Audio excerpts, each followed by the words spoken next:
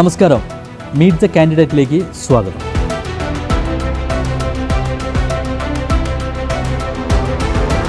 Channel ചർച്ചകളിൽ എതിരാളികളെ യുക്തിഭദ്രമായ നിലപാടുകൾ കൊണ്ട് മുട്ടുകുത്തിക്കുന്ന BJPയുടെ യുവതുർക്കി അഡ്വക്കേറ്റ് ശങ്കുട്ടി ദാസാണ് ഇത്തവണ ഷൊർണൂരിലെ NDA സ്ഥാനാർത്ഥി.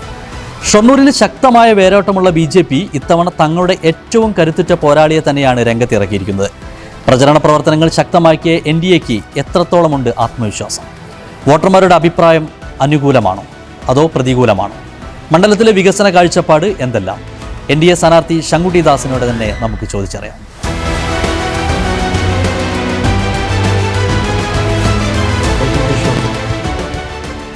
നമുക്ക് ആദ്യം ഞാൻ താങ്കളുടെ ഒരു പ്രൊഫൈൽ ഇവിടെ റെഡിയാക്കി വെച്ചിരിക്കുന്നുണ്ട്. നമുക്ക് അതിന് പ്ലേ ചെയ്ത ശേഷം നമുക്ക് ചോദ്യങ്ങളിലേക്ക് പോകാം.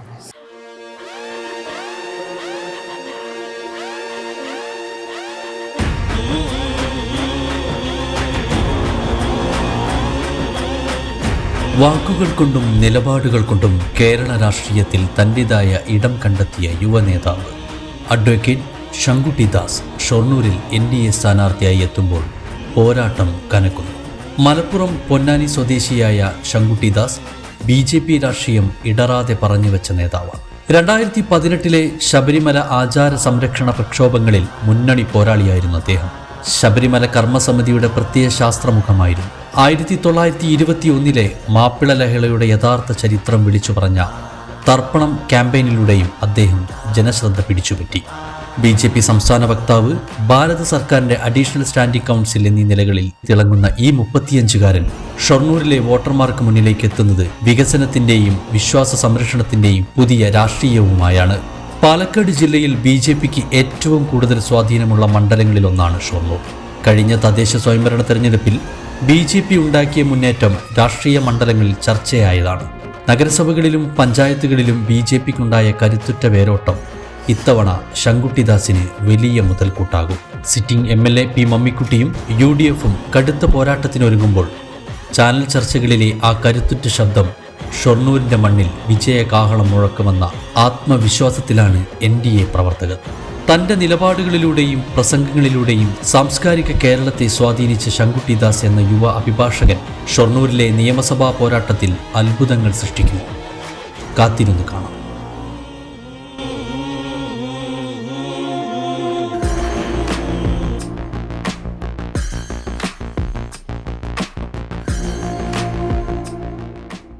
ഷൊർണൂരിലേക്ക് വരുമ്പോൾ, സ്ഥാനാർത്ഥിയായിട്ട് വരുമ്പോൾ എന്താണ് ഷൊർണൂരിലെ വിജയിച്ചു കഴിഞ്ഞാൽ കൊണ്ടുവരാൻ പോകുന്ന വികസനങ്ങൾ?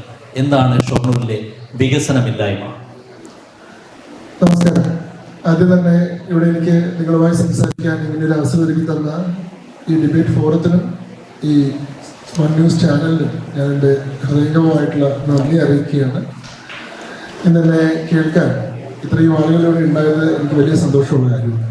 ചോദ്യത്തിലേക്ക് നേരിട്ട് വരികയാണ്. സമയത്തിൻ്റെ പരിമിതി നമുക്കുള്ളത് കൊണ്ട് ധാരാളം പരിപാടികളിൽ ഇന്നും പങ്കെടുക്കേണ്ടതുണ്ട്. നമുക്ക് ഷൊർണൂർ മണ്ഡലത്തിലാവട്ടെ, കേരളത്തിൽ എല്ലായിടത്തും ആവട്ടെ, ഈ തെരഞ്ഞെടുപ്പിൽ BJP മുന്നോട്ട് വയ്ക്കുന്ന ആദ്യത്തെയും അവസാനത്തെയും ആശയം വികസനം എന്നതാണ്. നമുക്കറിയാം, നരേന്ദ്രമോദിയുടെ നേതൃത്വത്തിൽ ഭാരതം ഒരു വികസിത രാഷ്ട്രമായി മാറുന്നതിനുള്ള കുതിപ്പിലാണ്. 2047 രാജ്യത്തെ വികസിത ഭാരതമാക്കണം എന്ന സങ്കല്പവുമായിട്ടാണ് കേന്ദ്ര സർക്കാർ മുന്നോട്ട് പോകുന്നത്. ആ ദിശയിൽ വലിയ മുന്നേറ്റം കഴിഞ്ഞ 10 വർഷത്തിനിടയിൽ നടത്താൻ നമുക്ക് സാധിച്ചിട്ടുണ്ട്. ലോകത്തെ പ്രധാനപ്പെട്ട സാമ്പത്തിക ശക്തികളിൽ 9ാം സ്ഥാനത്ത് മാത്രം ഉണ്ടായിരുന്ന രാജ്യം 10 വർഷം കൊണ്ട് ലോകത്തിലെ തന്നെ 3ാമത്തെ വലിയ സാമ്പത്തിക ശക്തിയായി മാറിയിട്ടുള്ള അനുഭവം നമ്മുടെ മുന്നിലുണ്ട്. ഫ്രജൈൽ 5 ഇക്കോണമി, ലോകത്തെ ഏത് നിമിഷവും തകർന്ന് തരിപ്പണമാകാൻ സാധ്യതയുള്ള ദുർബലമായിട്ടുള്ള 5 ഇക്കോണമികളിൽ ഒന്നായി ഗണിക്കപ്പെട്ടിരുന്ന രാജ്യം ഇന്ന് IMF തന്നെ അതിനെപ്പറ്റി പറയുന്നത് only bright spot in an otherwise dark world എന്നാണ്. കോവിഡിന് ശേഷം ലോകത്ത് മുഴുവൻ സാമ്പത്തിക രംഗം കൂപ്പുകുത്തിയ സമയത്ത് ഇരുണ്ടുകൂടിയിരിക്കുന്ന ലോകത്തിൽ പ്രതീക്ഷയുള്ള വെളിച്ചമുള്ള ഒരേ ഇടം അത് ഭാരതമാണ് എന്ന നിലയിലേക്ക് ലോക മധ്യസ്ഥനായി, ലോകത്തിന്റെ സംഘർഷങ്ങൾക്ക് ഇടനിലക്കാരനായിട്ട് അവ പറഞ്ഞു തീർക്കാൻ കഴിയുന്ന ഒരു ലോകശക്തിയായി ഭാരതം മാറിയിട്ടുള്ള 10 വർഷങ്ങളാണ്. ആ വികസിത ഭാരതം എന്നുള്ള സങ്കല്പത്തെ നമ്മൾ ദൃഢമായി മുന്നോട്ട് കൊണ്ടുപോവുകയാണ്. അതിനോട് തോളോട് തോൾ ചേർന്ന് അതിനോടൊപ്പം സഞ്ചരിക്കുന്ന, അതിനോട് മുഖം തിരിഞ്ഞു നിൽക്കാത്ത, അതിനോട് വിയോജിക്കാത്ത, അതിനോട് എതിർക്കാത്ത, അതിന്റെ ഗുണഫലങ്ങളെല്ലാം തന്റേതുകൂടിയാക്കി അനുഭവിക്കുന്ന ഒരു കേരളത്തെ, ഒരു വികസിത കേരളത്തെ സൃഷ്ടിക്കുക എന്നുള്ളതാണ് രാജീവ് ചന്ദ്രശേഖരന്റെ നേതൃത്വത്തിൽ ഭാരതീയ ജനതാ പാർട്ടി നിയമസഭാ തെരഞ്ഞെടുപ്പ് 2026 മുന്നോട്ട് വയ്ക്കുന്ന ആദ്യത്തെ ആശയം. ആ വികസിത കേരളത്തിൽ ഏറ്റവും പ്രധാനപ്പെട്ട വികസിത നഗരിയായി ഷൊർണൂരിനെ മാറ്റുക എന്നതാണ് എൻ്റെ മുന്നിലുള്ള ഏറ്റവും പ്രധാനമായിട്ടുള്ള താല്പര്യം. നോക്കൂ, ഷൊർണൂർ നഗരം എന്തുകൊണ്ടും ഒരു വികസിത നഗരമാകാൻ തക്കവണ്ണം എല്ലാ ക്ഷമതയും ശേഷിയും ഉള്ളൊരു നഗരമാണ്. കേരളത്തിന്റെ ചരിത്രത്തിലെ തന്നെ ഏറ്റവും പൈതൃകവും പാരമ്പര്യവുമുള്ള, അത് സാംസ്കാരികമായിട്ടായിക്കോട്ടെ, വ്യാവസായികമായിട്ടായിക്കോട്ടെ, അതല്ലെങ്കിൽ കാർഷികമായിട്ടായിക്കോട്ടെ, ഏത് നിലയിലെടുത്തു കഴിഞ്ഞാലും വലിയ ചരിത്രപരമായിട്ടുള്ള മേധാവിത്വമുള്ള, വലിയ പ്രസക്തിയുള്ള, വലിയ പ്രാധാന്യമുള്ള ഒരു നഗരിയാണ്. ഏറ്റവും പ്രധാനമായിട്ടുള്ള കാര്യം ഷൊർണൂരിലെ റെയിൽവേയുമായി ബന്ധപ്പെട്ടിട്ടുള്ള സാധ്യതകളാണ്. നിങ്ങൾക്ക് അറിയുന്നത് പോലെ സദേൺ റെയിൽവേയുടെ തന്നെ ഏറ്റവും വലിയ റെയിൽവേ ജംഗ്ഷനാണ് ഷൊർണൂരിൽ സ്ഥിതി ചെയ്യുന്നത്. കേരളത്തിലെ തന്നെ ഏറ്റവും വലിയ റെയിൽവേ സ്റ്റേഷനാണ് ഷൊർണൂരിൽ സ്ഥിതി ചെയ്യുന്നത്. ഏതാണ്ട് 25,000 കമ്മ്യൂട്ടേഴ്സ് ഓരോ ദിവസവും യൂസ് ചെയ്യുന്ന, 25,000 യാത്രികർ ഓരോ ദിവസവും ഉപയോഗിക്കുന്ന റെയിൽവേ സ്റ്റേഷനാണ് ഷൊർണൂരിലുള്ളത്. എന്നാൽ ആ ഷൊർണൂർ റെയിൽവേ സ്റ്റേഷന്റെ അവസ്ഥ എന്താണെന്ന് ഇവിടെ കുറച്ചു കാലമായിട്ട് പഠിക്കുന്ന നിങ്ങൾക്ക് അറിയുന്നുണ്ടാവും. ഈ 2024 നരേന്ദ്രമോദിയുടെ സർക്കാർ അമൃത് സ്റ്റേഷൻ പദ്ധതിയിലൂടെ 26 കോടി രൂപയ്ക്ക് ആ സ്റ്റേഷൻ പുനർനിർമ്മിച്ചപ്പോൾ മാത്രമാണ് നമ്മൾ ഇന്ന് ഉപയോഗിക്കുന്ന മട്ടിലുള്ള ആധുനിക സൗകര്യങ്ങളോട് കൂടിയിട്ടുള്ള അന്തസ്സുള്ള റെയിൽവേ സ്റ്റേഷൻ നമുക്ക് ഉണ്ടായത്. അതുവരെ അതിശോചനീയമായ, അതിപ്രാകൃതമായ, വളരെ പിന്തിരിപ്പനായിരുന്ന ഒരു റെയിൽവേ സ്റ്റേഷനാണ് നമുക്ക് ഉണ്ടായത്. പക്ഷെ ഷൊർണൂരിന്റെ റെയിൽവേ വികസനത്തിന്റെ സാധ്യതകളോട് അവസാനിക്കുന്നുണ്ടോ? ഞാനീ പറയുന്നു, നിലമ്പൂർ നഞ്ചങ്കോട് പാത 2016-2017 ബജറ്റിൽ 6,000 കോടി രൂപ കേന്ദ്ര സർക്കാർ നീക്കി വെച്ചിട്ടുള്ള പദ്ധതിയാണ് നിലമ്പൂർ നഞ്ചങ്കോട് പാത. നിലമ്പൂർ നഞ്ചങ്കോട് റെയിൽപാത യാഥാർത്ഥ്യമായി കഴിഞ്ഞാൽ ഷൊർണൂരിലേക്കുള്ള ട്രെയിൻ ഗതാഗതം ഇരട്ടിയായി വർദ്ധിക്കും. കൂടുതൽ ട്രെയിനുകൾ ഷൊർണൂരിലേക്ക് വരും, കൂടുതൽ യാത്രക്കാർ ഷൊർണൂരിൽ എത്തുന്ന സാഹചര്യം ഉണ്ടാവും. സ്വാഭാവികമായി കൂടുതൽ യാത്രക്കാർ ഷൊർണൂരിൽ ഇറങ്ങുമ്പോൾ എന്ത് സംഭവിക്കുന്നു? അവർ ഷൊർണൂരിൽ നിന്ന് സാധനങ്ങൾ വാങ്ങുന്നു, അവർ ഷൊർണൂരിൽ ഭക്ഷണം കഴിക്കുന്നു, അവിടെ മുറിയിൽ താമസിക്കുന്നു. ഷൊർണൂരിന്റെ മൊത്തത്തിലുള്ള എക്കോണമിയാണ് ത്രൈവ് ചെയ്യുന്നത്, കൂടുതൽ വിനിമയം സംഭവിക്കുകയാണ്. അപ്പോൾ ഷൊർണൂരിന്റെ വികസനത്തിനുള്ള ഏറ്റവും പ്രധാനപ്പെട്ട മാർഗം ഷൊർണൂരിലേക്ക് കൂടുതൽ ആളുകളെ ആകർഷിക്കുക എന്നുള്ളതാണ്. എല്ലാ നിലയിലും കേരളത്തിന്റെ എല്ലാ ഭാഗങ്ങളിൽ നിന്നും ആളുകളെ കൊണ്ടുവരാൻ ശേഷിയുള്ളൊരു നഗരമാണ്, സ്ട്രാറ്റജിക് സിറ്റിയാണ് ഷൊർണൂർ. അതുകൊണ്ടാണ് ഏറ്റവും പ്രധാനപ്പെട്ട റെയിൽവേ ജംഗ്ഷൻ ബ്രിട്ടീഷുകാരുടെ കാലത്ത് തന്നെ ഷൊർണൂരിൽ തുടങ്ങിയത്. ഷൊർണൂരിന്റെ അഡ്വാൻറ്റേജ് എന്ന് പറയുന്നത് ജിയോഗ്രഫിക്കലായിട്ടുള്ള അഡ്വാൻറ്റേജ് ആണ്. കാരണം തെക്കൻ കേരളത്തിൽ നിന്നും വടക്കൻ കേരളത്തിൽ നിന്നും ഇക്വി ഡിസ്റ്റന്റ് ആയിട്ടുള്ള ഒരു പോയിന്റാണ് ഷൊർണൂർ. രണ്ട് സ്ഥലത്തു നിന്നും ആളുകൾക്ക് എത്തിച്ചേരാൻ ഏറ്റവും സൗകര്യമുള്ള സ്ഥലമാണ്. അപ്പോൾ നമ്മൾ ടെക്നോ പാർക്ക് തിരുവനന്തപുരത്ത് കൊണ്ട് വെക്കുന്നു. തിരുവനന്തപുരത്തും കൊല്ലത്തും ആലപ്പുഴയിലുള്ള ആളുകൾക്ക് ഇത് വളരെ സൗകര്യമാണ്. നേരെ തിരിച്ച് കാസർഗോഡോ കോഴിക്കോടോ കണ്ണൂരുള്ള ആളെ സംബന്ധിച്ചിടത്തോളം വലിയ ബുദ്ധിമുട്ടാണ്. കാരണം വടക്കൻ കേരളത്തിൽ നിന്ന് തെക്കൻ കേരളം വരെ യാത്ര ചെയ്യേണ്ടി വരുന്നു. അതേപോലെ തന്നെ നമ്മൾ ഈ പറയുന്ന IT പാർക്ക് കൊച്ചിയിൽ കൊണ്ടേ സ്ഥാപിക്കുന്നു. ഈ മധ്യ കേരളത്തിലുള്ള ആളുകൾക്ക് അത് ബുദ്ധിമുട്ടാണ്, സൗകര്യമാണ്. പക്ഷെ തെക്കൻ കേരളത്തിലുള്ള ആളുകളെ സംബന്ധിച്ചിടത്തോളം അത് ബുദ്ധിമുട്ടാണ്. ഇങ്ങനെ ആർക്കും ബുദ്ധിമുട്ടില്ലാതെ എല്ലാവർക്കും ഒരേപോലെ ഉപയോഗിക്കാൻ സാധിക്കുന്ന മട്ടിലുള്ള ഒരു ഇക്വിഡിസ്റ്റന്റ് പോയിന്റ് ആണ് ഷൊർണൂർ. അതുകൊണ്ട് തന്നെ ഒരു IT പാർക്കിന് ഏറ്റവും വലിയ സാധ്യത യഥാർത്ഥത്തിൽ ഷൊർണൂരിനായിരുന്നു. കേരളത്തിന്റെ രണ്ട് ഭാഗത്ത് നിന്ന് മാത്രമല്ല, കോയമ്പത്തൂരിൽ നിന്ന് മറ്റ് സംസ്ഥാനങ്ങളിൽ നിന്ന് ആളുകൾക്ക് ആശ്രയിക്കാൻ കഴിയുന്ന ഒരു നഗരമായിട്ട് ഷൊർണൂർ മാറുമായിരുന്നു. അതുകൊണ്ടാണ് ആദ്യത്തെ റെയിൽവേ ജംഗ്ഷൻ ഷൊർണൂരിൽ വന്നിട്ടുള്ളത്. എന്നാൽ ആ റെയിൽവേ ജംഗ്ഷൻ പോലും പൂർണ്ണമായിട്ടുള്ള അതിന്റെ കേപ്പബിലിറ്റി ഇപ്പോഴും എക്സ്പ്ലോർ ചെയ്തിട്ടില്ല, അതിന്റെ യഥാർത്ഥ പൊട്ടൻഷ്യലിലേക്ക് എത്താൻ സാധിച്ചിട്ടില്ല. എന്തുകൊണ്ടാണ്? കാരണം ഷൊർണൂർ റെയിൽവേ സ്റ്റേഷൻ നിങ്ങൾക്ക് അറിയുന്നത് പോലെ it's not a triangular railway station. അത് 3 റെയിൽപാതകളെയും കണക്ട് ചെയ്യുന്ന ഒരു സ്റ്റേഷനല്ല. അതുകൊണ്ട് എന്ത് സംഭവിക്കുന്നു? അതുകൊണ്ട് ദീർഘദൂര തീവണ്ടികൾ ഷൊർണൂർ മെയിൻ സ്റ്റേഷനിൽ നിർത്തുന്നില്ല. നിങ്ങൾക്കെല്ലാം ആ അനുഭവം ഉണ്ടാവും. പുറത്തു നിന്നൊക്കെ തീവണ്ടി ആശ്രയിച്ചുകൊണ്ട് ഷൊർണൂരിലേക്ക് വരുന്ന ആളുകളാണെങ്കിൽ, ഉദാഹരണത്തിന് നിങ്ങൾ എന്താ പറയുക, ബാംഗ്ലൂരിൽ നിന്ന് വരുന്ന ആളുകളാണെങ്കിൽ നിങ്ങൾക്ക് ഷൊർണൂർ വന്ന് ഇറങ്ങാൻ സാധിക്കില്ല. നിങ്ങൾ ഒന്നല്ലെങ്കിൽ തൃശ്ശൂർ ഇറങ്ങണം, അല്ലെങ്കിൽ നിങ്ങൾ പാലക്കാട് ഇറങ്ങണം, എന്നിട്ട് നിങ്ങൾ അവിടെ നിന്ന് വേറെ ബസ് പിടിച്ച് ഇങ്ങോട്ട് വരണം. അപ്പം ധാരാളം തീവണ്ടികൾ ഷൊർണൂരിലൂടെ കടക്കുന്നു, എന്നാൽ ഒരു തീവണ്ടി ഷൊർണൂരിൽ നിർത്തുന്നില്ല. തീവണ്ടികൾ ധാരാളം കൊണ്ട് നമുക്ക് ഉപയോഗിക്കാൻ കഴിയുന്നില്ല എന്ന പ്രാഥമികമായിട്ടുള്ള ദൗർബല്യം ഷൊർണൂരിലുണ്ട്. ഇതിനുള്ള പരിഹാരമാണ് ട്രയാങ്കുലർ റെയിൽവേ സ്റ്റേഷൻ. ഷൊർണൂരിന്റെ എല്ലാ റെയിൽ ട്രാക്കുകളെയും കണക്ട് ചെയ്തുകൊണ്ടുള്ള ഒരു ഐലൻഡ് റെയിൽവേ സ്റ്റേഷൻ നിർമ്മിക്കുകയാണ്. ഇത് 2002 O രാജഗോപാൽ കേന്ദ്ര റെയിൽവേ മന്ത്രിയായിരുന്ന സമയത്ത് പ്രപ്പോസ് ചെയ്തിട്ടുള്ള പ്രോജക്റ്റാണ്. എന്നാൽ അതുമായി ബന്ധപ്പെട്ടിട്ടുള്ള വിശദമായിട്ടുള്ള പഠനം ഇവിടെ നടന്നിട്ടില്ല. അതുമായി ബന്ധപ്പെട്ട് കേന്ദ്ര സർക്കാരിന് നമ്മളൊരു പദ്ധതി പോലും സമർപ്പിച്ചിട്ടില്ല. അതിന്റെ ബജറ്ററി അലോക്കേഷൻസ് എത്ര വേണം എന്നതുമായി ബന്ധപ്പെട്ട എസ്റ്റിമേറ്റ് പോലും നമ്മൾ തയ്യാറാക്കിയിട്ടില്ല. അപ്പോൾ അതൊരു വലിയ ഒരു ദൗർബല്യമാണ്. രണ്ടാമത്തെ കാര്യം, ഷൊർണൂർ ഒരു വലിയ റെയിൽവേ ഹബ്ബാണെങ്കിൽ പോലും അതൊരു ട്രാൻസ്പോർട്ട് ഹബ്ബായി മാറിയിട്ടില്ല എന്നുള്ളതാണ്. ആളുകൾക്ക് ഷൊർണൂർ വന്ന് തീവണ്ടി ഇറങ്ങിക്കഴിഞ്ഞാൽ അവർക്ക് പോകേണ്ട സ്ഥലത്തേക്ക് പോകാൻ തീവണ്ടി അല്ലാതെ മറ്റ് യാത്രാ സൗകര്യങ്ങൾ ഷൊർണൂർ വളരെ ദുർലഭമാണ്. ബസ്സുകളുടെ എണ്ണം വളരെ കുറവാണ്, ടാക്സികളുടെ എണ്ണം കുറവാണ്. അപ്പോൾ ഒരു ട്രാൻസ്പോർട്ട് ഹബ് എന്നുള്ള രീതിയിൽ വികസിക്കാൻ ഷൊർണൂരിന് സാധിച്ചില്ല. യഥാർത്ഥത്തിൽ ഷൊർണൂർ ഒരു കണക്ടിവിറ്റിയാണ് അതിൻ്റെ ഏറ്റവും വലിയ USP. ആ കണക്ടിവിറ്റി എന്ന് പറയുന്ന പോസിബിലിറ്റിയെ ഷൊർണൂർ എത്രത്തോളം ഉപയോഗിച്ചിട്ടുണ്ടെന്നുള്ളത് വളരെ പ്രാധാന്യമായിട്ടുള്ളൊരു ചോദ്യമാണ്. ആ കാര്യത്തിൽ കേന്ദ്ര സർക്കാരിൻ്റെ സഹായത്തോടു കൂടി ഒരു കൃത്യമായിട്ടുള്ള മോഡൽ, ഒരു ട്രയാങ്കുലർ റെയിൽവേ സ്റ്റേഷൻ്റെ മോഡൽ നിർമ്മിച്ച് ആ മോഡലിന് കേന്ദ്രത്തിൻ്റെ അംഗീകാരത്തോടുകൂടി ഇത് യാഥാർത്ഥ്യമാക്കുക, 2 നിലമ്പൂർ നഞ്ചങ്കോട് പാത യാഥാർത്ഥ്യമാക്കുക എന്നുള്ളത്, ഈ 2 കാര്യങ്ങൾ ചെയ്തു കഴിഞ്ഞാൽ ഒരു റെയിൽവേ ജംഗ്ഷൻ എന്നുള്ള രീതിയിൽ ഷൊർണൂർ അതിൻ്റെ യഥാർത്ഥ കേപ്പബിലിറ്റി മുഴുവൻ എക്സ്പ്ലോർ ചെയ്യും. ഷൊർണൂരിനെ മുഖച്ഛായ തന്നെ മാറ്റിമറിക്കുന്ന ഒരു പരിഷ്കരണമാവും ഇത്. രണ്ടാമത്തെ ഏറ്റവും പ്രധാനമായിട്ടുള്ള കാര്യമായിട്ട് എനിക്ക് തോന്നിയിട്ടുള്ളത്, നോക്കൂ, ആദ്യകാല ഉരുക്ക് വ്യവസായങ്ങൾ മുഴുവൻ ഷൊർണൂരിലാണ് ആരംഭിച്ചത്. ഒരു കാലത്ത് പറഞ്ഞിരുന്നു ദക്ഷിണ ഭാരതത്തിന്റെ ജംഷഡ്പൂർ ആവും ഷൊർണൂർ എന്ന് പറഞ്ഞിരുന്നു. എന്താണോ ജംഷഡ്പൂരിന് ഈ അയൺ ഇൻഡസ്ട്രിയുമായിട്ട് ഇന്ത്യയിലുള്ള പ്രാധാന്യം, ആ നിലയ്ക്കുള്ള പ്രാധാന്യം സദേൺ ഇന്ത്യയിൽ ഈ ഷൊർണൂരിന് ഉണ്ടാവുന്നു. കാരണം എന്താണെന്ന് വെച്ചാൽ ഞാൻ നേരത്തെ പറഞ്ഞിട്ടുള്ള 3 അഡ്വാൻറ്റേജുകളാണുള്ളത്. ഒന്ന്, ആളുകൾക്ക് എത്തിച്ചേരാനുള്ള സൗകര്യം, വർക്കേഴ്സിന് എത്തിച്ചേരാനുള്ള സൗകര്യം. 2, ഇരുമ്പ് എത്തിക്കാനുള്ള, ഈ അസംസ്കൃത വസ്തുക്കൾ എത്തിക്കാനുള്ള ട്രെയിനുകളുടെ ധാരാളിത്തം, ചരക്ക് തീവണ്ടികൾക്ക് വരാനുള്ള സൗകര്യം കൂടുതൽ. 3, ധാരാളം സ്ഥലം ലഭ്യത. ജനസാന്ദ്രത കുറവുള്ള പ്രദേശമായതുകൊണ്ട് ജനവാസ ഭൂമി അല്ലെങ്കിൽ ആളുകളെ കുടി ഒഴിപ്പിച്ചിട്ടോ ഭൂമി ഏറ്റെടുത്തിട്ടോ വേണ്ട, ധാരാളം ഒഴിഞ്ഞു കിടക്കുന്ന ഭൂമി ഉള്ളതുകൊണ്ട് ഇൻഡസ്ട്രികൾ തുടങ്ങാനുള്ള ശേഷിയുണ്ട്. 4മത്തത് ജലത്തിന്റെ ലഭ്യത.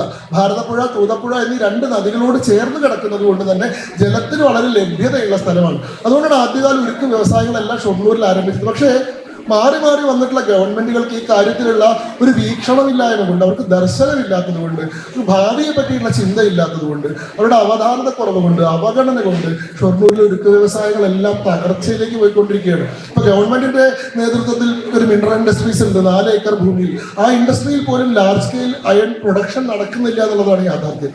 അതേപോലെ തന്നെ അപ്പോൾ ഈ കാര്യത്തിൽ ഒരു പരിഹാരം കാണാൻ വേണ്ടിയിട്ട് ഒരു ഇൻഡസ്ട്രിയൽ സോണായിട്ട് ഷൊർണൂരിനെ കൺവേർട്ട് ചെയ്യുക എന്നുള്ളതാണ്. അപ്പോൾ പാലക്കാട് നമുക്കൊരു ഇൻഡസ്ട്രിയൽ സോൺ ഉണ്ട്. അവിടെ എന്താണ് ലാർജ് സ്കെയിൽ പ്രൊഡക്ഷൻ നടത്താൻ പറ്റുന്ന ഇൻഡസ്ട്രിയൽ ആളുകൾക്ക് നമ്മൾ സെസ്, സ്പെഷ്യൽ എക്കണോമിക് സോൺ പോലെയുള്ള പലതരത്തിലുള്ള അലവൻസസും പലതരത്തിലുള്ള അവസരങ്ങളും കൊടുത്തുകൊണ്ട് ആളുകളെ ഇൻവൈറ്റ് ചെയ്യുന്നുണ്ട്. അവിടെ തുടങ്ങുന്നതിന് നമ്മൾ ഈ പറയുന്ന റെഡ് ടൈപ്പുകൾ കട്ട് ചെയ്ത് കൊടുക്കുന്നുണ്ട്, സിംഗിൾ വിൻഡോ സിസ്റ്റം കൊടുക്കുന്നുണ്ട്, അങ്ങനെയുള്ള ഒരുപാട് സൗകര്യങ്ങൾ ചെയ്തു കൊടുത്തുകൊണ്ട് ഇൻവെസ്റ്റേഴ്സിനെ നമ്മൾ കൊണ്ടുവരുന്നുണ്ട്. ആ മട്ടിൽ ഷൊർണൂരിൽ ഒരു മിനി ഇൻഡസ്ട്രിയൽ സോൺ കൊണ്ടുവന്നാൽ ഷൊർണൂരിന് ഈ പറയുന്ന ഉരുക്ക് വ്യവസായത്തിലുള്ള ചരിത്രപരമായിട്ടുള്ള ആനുകൂല്യത്തെ വേണ്ടവണ്ണം ഉപയോഗിക്കാൻ സാധിക്കുന്നുള്ളതാണ് രണ്ടാമത്തെ ഏറ്റവും പ്രധാനമായിട്ടുള്ള ഒരു വികസന പദ്ധതിയായിട്ട് ഞാൻ കാണുന്നത്.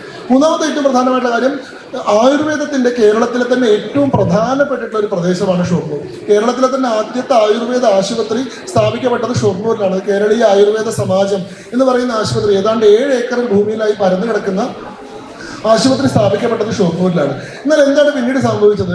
ഈ കാര്യത്തിൽ വേണ്ടത്ര ഗൗരവമോ ഈ ആയുർവേദ ചികിത്സാ പദ്ധതിയെ വികസിപ്പിക്കുന്നതിന് വേണ്ടിയിട്ടുള്ള ദീർഘവീക്ഷണപരമായിട്ടുള്ള ഭാവനാത്മകമായിട്ടുള്ള പദ്ധതികളോ മാറി വന്നിട്ടുള്ള സർക്കാരുകൾക്കോ ഷൊർണൂരിനെ പ്രതിനിധീകരിച്ചിട്ടുള്ള സാമാജികന്മാർക്കോ ഉണ്ടാകാതെ വന്നതുകൊണ്ട് മറ്റ് പ്രദേശങ്ങളിലേക്ക് ആയുർവേദത്തിന്റെ സാധ്യതകൾ അവർ വികസിപ്പിച്ചെടുത്തു.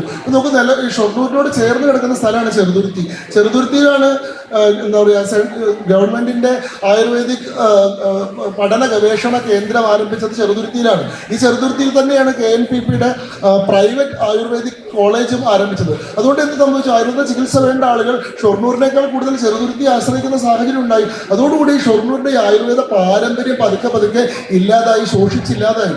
ഈ ശ്രീധരനെ പോലൊരാൾ, മെട്രോമാൻ പത്മവിഭൂഷൺ, ഈ ശ്രീധരനെ പോലൊരാൾ കേരളീയ ആയുർവേദ സമാജത്തെ കേന്ദ്ര സർക്കാർ ഏറ്റെടുത്തുകൊണ്ട് അതിനൊരു ദേശീയ ആയുർവേദ പഠന ഗവേഷണ കേന്ദ്രമാക്കി പരിവർത്തനം ചെയ്യണം എന്നൊരു പ്രൊപ്പോസൽ മുന്നോട്ട് വെച്ചിട്ട് അത് ഏറ്റെടുക്കാൻ പോലും ഷൊർണൂരിൽ നിന്നുള്ള MLA പോലും തയ്യാറായില്ല. അതിനു വേണ്ടിയിട്ട് ഒരു തരത്തിലുള്ള ലൈസൺ വർക്കും ചെയ്യാൻ നമ്മൾ തയ്യാറായിട്ടില്ല എന്നുള്ളത് വലിയൊരു പോരായ്മയാണ്. ഷൊർണൂരിന്റെ കൃഷി നോക്കൂ. ഷൊർണൂർ കേരളത്തിലെ തന്നെ ഇപ്പോൾ റൈസ് ബൗളുകളായിട്ട് നമ്മൾ പാലക്കാടും കുട്ടനാടും ഒക്കെ പറയുമ്പോൾ നമ്മൾ അവഗണിച്ചു പോകുന്നൊരു പേരാണ് ഷൊർണൂർ എന്ന് പറയുന്നത്. കേരളത്തിന്റെ തനതായിട്ടുള്ള കൃഷിയിൽ വലിയ സംഭാവന ചെയ്തൊരു സ്ഥലമാണ്. നമ്മൾ 10 വർഷം മുൻപ് പറഞ്ഞ് മുന്നോട്ട് വെച്ചിട്ടുള്ള ആശയമായിരുന്നു ഷൊർണൂർ ബ്രാൻഡ് റൈസ്. ഷൊർണൂരിൽ ഉൽപ്പാദിപ്പിക്കുന്ന നെല്ല് കൊണ്ട് ഷൊർണൂർ ബ്രാൻഡ് റൈസ് നമുക്ക് പുറത്തിറക്കാൻ സാധിക്കും എന്നത്. എന്നാൽ ആ കാര്യത്തിൽ നമ്മൾ എത്രത്തോളം മുന്നോട്ട് പോയിട്ടുണ്ട്? ഇതൊക്കെ നമ്മൾ ഭാവിനെ കരുതി പറയുന്നതാണ്. നമുക്ക് ചോദ്യങ്ങളിലേക്ക് പോവാം. നമുക്ക് ആദ്യം ചോദ്യങ്ങളിലേക്ക്. അവിടെ താങ്കൾ ഷൊർണൂർ റെയിൽവേ സ്റ്റേഷൻ ഡെവലപ്പ് ചെയ്യുന്നതിനെ പറ്റിയിട്ട് സംസാരിച്ചു. ഒരു റെയിൽവേ സ്റ്റേഷൻ ഡെവലപ്പ് ചെയ്യുക എന്നുള്ളത് സെൻട്രൽ ഗവൺമെന്റിന്റെ അടിയിൽ പെടുന്ന കാര്യമാണോ സ്റ്റേറ്റ് ഗവൺമെന്റിന്റെ അടിയിൽ പെടുന്ന കാര്യമാണോ? സർ, ഞാൻ തിരിച്ചൊരു ചോദ്യം ചോദിക്കട്ടെ. എന്തിനാണ് സ്റ്റേറ്റിന് റെയിൽവേ മന്ത്രാലയം? കേരളത്തിൽ റെയിൽവേ വകുപ്പും റെയിൽവേ വകുപ്പ് മന്ത്രിയും ഉണ്ട് എന്ന കാര്യം അങ്ങേക്ക് പക്ഷേ അറിയാമോ? അതിന്റെ മോഡിഫിക്കേഷൻസോ അതിന്റെ റെനോവേഷൻസോ സെൻട്രൽ ഗവൺമെന്റിന്റെ അടിയിൽപ്പെടുന്ന കാര്യങ്ങളാണെന്നാണ് എന്റെ ധാരണ. നമ്മുടെ ഭരണഘടന പ്രകാരം there are 3 lists. ഒന്ന് യൂണിയൻ ലിസ്റ്റ് എന്ന് പറയും, ഒന്ന് സ്റ്റേറ്റ് ലിസ്റ്റ് എന്ന് പറയും, ഒന്ന് കൺകറന്റ് ലിസ്റ്റ് എന്ന് പറയും. കേന്ദ്രത്തിന് മാത്രം നിയമനിർമ്മാണത്തിന് അധികാരമുള്ള ലിസ്റ്റിനെയാണ് നമ്മൾ ഫസ്റ്റ് ലിസ്റ്റ് അല്ലെങ്കിൽ യൂണിയൻ ലിസ്റ്റ് എന്ന് പറയുന്നത്. സ്റ്റേറ്റിന് അധികാരമുള്ള ലിസ്റ്റാണ് സ്റ്റേറ്റ് ലിസ്റ്റ്. 3 കൺകറന്റ് ലിസ്റ്റ് എന്ന് പറയുന്ന ഐറ്റം ഉണ്ട്. അതിൽ സ്റ്റേറ്റിനും സെൻട്രലും. ഇപ്പോൾ ഇന്റർസ്റ്റേറ്റ് കണക്ടിവിറ്റി എന്ന് പറയുന്നത് സെൻട്രൽ ഗവൺമെന്റിന്റെ ഇതിലാണ്. എന്നാൽ കേരളത്തിനുള്ളിൽ ഇൻട്രാസ്റ്റേറ്റ് കണക്ടിവിറ്റി എന്ന് പറയുന്നത് സംസ്ഥാനത്തിന് കീഴിലാണ്. അപ്പൊ അങ്ങനെയുള്ള വകുപ്പുകളിൽ എന്താ ചെയ്യുക? കേന്ദ്രവും സംസ്ഥാനവും തമ്മിൽ സഹകരണത്തിലൂടെയാണ് ആ പദ്ധതി നടത്താക്കുന്നത്. അപ്പൊ ഇന്ത്യൻ റെയിൽവേ എന്ന് പറയുന്നത് ഒരു കമ്പനിയാണ്. ഇന്ത്യൻ ഗവൺമെന്റിന് കീഴിൽ തന്നെ പ്രവർത്തിക്കുന്ന ഒരു സ്വതന്ത്ര സ്വയംഭരണ സംവിധാനമാണ് ഇന്ത്യൻ റെയിൽവേ എന്ന് പറയുന്നത്. ആ ഇന്ത്യൻ റെയിൽവേക്ക് ധാരാളം പദ്ധതികളുണ്ട്. ഓരോ സംസ്ഥാനത്തും വേണ്ട പദ്ധതികൾ എങ്ങനെയാണ് നമ്മൾ തയ്യാറാക്കുന്നത്? അതാത് സംസ്ഥാനങ്ങൾ അവരുടെ പ്രത്യേകമായിട്ടുള്ള ആവശ്യങ്ങൾ പരിഗണിച്ചുകൊണ്ട് അതുമായി പഠനം നടത്തിയിട്ട് ആ പഠനത്തിന്റെ റിപ്പോർട്ട് കേന്ദ്രത്തിൽ സമർപ്പിക്കുകയും കേന്ദ്ര സർക്കാർ ഇതിന്റെ വയബിലിറ്റി പരിശോധിക്കുകയും അങ്ങനെ വയബിലിറ്റി പരിശോധിച്ചിട്ട് ഈ പദ്ധതി നടത്താൻ സാധിക്കും എന്ന് കാണുകയും ചെയ്താലാണ് ആ പദ്ധതി ഉണ്ടാവുക. നേരത്തെ ഞാൻ പറഞ്ഞു നിലമ്പൂർ നഞ്ചങ്കോട് പാതയ്ക്ക് 6000 കോടി രൂപ നീക്കി വെച്ചിട്ട് കേന്ദ്ര സർക്കാർ എന്താ ചെയ്തത്? സംസ്ഥാനത്തിനോട് DPR തയ്യാറാക്കാൻ ആവശ്യപ്പെടുക ചെയ്തത്. അതായത് ഒരു ഡീറ്റെയിൽഡ് പ്രോജക്ട് റിപ്പോർട്ട് തയ്യാറാക്കാൻ സംസ്ഥാനത്തിനോട് ആവശ്യപ്പെട്ടു. സംസ്ഥാനം ഡീറ്റെയിൽഡ് പ്രോജക്ട് റിപ്പോർട്ട് തയ്യാറാക്കി കൊടുത്ത് സംസ്ഥാനത്തിന്റെ പ്രൊപ്പോസൽസിനെ അടിസ്ഥാനപ്പെടുത്തി മാത്രമാണ് അതിന് കേന്ദ്രത്തിന് ഉണ്ടാക്കാൻ സാധിക്കുക. അതല്ലാണ്ട് ഇതൊരു ഫെഡറൽ സിസ്റ്റമാണ്. കേന്ദ്രത്തിന് ഏകപക്ഷീയമായിട്ട് കേരളത്തിൽ വന്ന് സെൻട്രലൈസ്ഡ് സിസ്റ്റം തന്നെയാണ്. ഫെഡറൽ സിസ്റ്റം ആക്കണം എന്നാണ് എൻ്റെ ആഗ്രഹം. ഞാൻ ഈ ഫെഡറൽ സിസ്റ്റത്തിന്റെ കാര്യം പറഞ്ഞുകൊണ്ട് ഞാനൊരു കാര്യം ചോദിക്കുകയാണ്.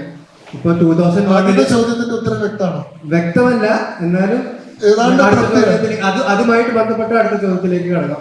ഞാൻ പറയുന്നത് അങ്ങനെ ചോദ്യം ലളിതമായിട്ട് ഉത്തരം. റെയിൽവേ വികസനം, ഷൊർണൂരിന് ആവശ്യമായിട്ടുള്ള റെയിൽവേ വികസനത്തിന്റെ സാധ്യത ലെജിസ്ലേറ്റീവ് അസംബ്ലി മെമ്പറിന് ആ റെയിൽവേ സ്റ്റേഷൻ ഡെവലപ്പ് ചെയ്യാൻ എന്തൊക്കെ ചെയ്യാൻ പറ്റുന്നതായിരുന്നു എന്റെ ചോദ്യത്തിന്റെ. ഈ ശ്രീധരൻ എന്ന് പറയുന്ന ആള് ലെജിസ്ലേറ്റീവ് അസംബ്ലി മെമ്പർ പോലും അല്ല. അദ്ദേഹം സ്വന്തം ഗവൺമെന്റ് എംപ്ലോയി ആയിരിക്കുമ്പോഴാണ് അല്ല അദ്ദേഹം 2 കൊല്ലം മുമ്പാണ്. അതായത് അദ്ദേഹം റിട്ടയർ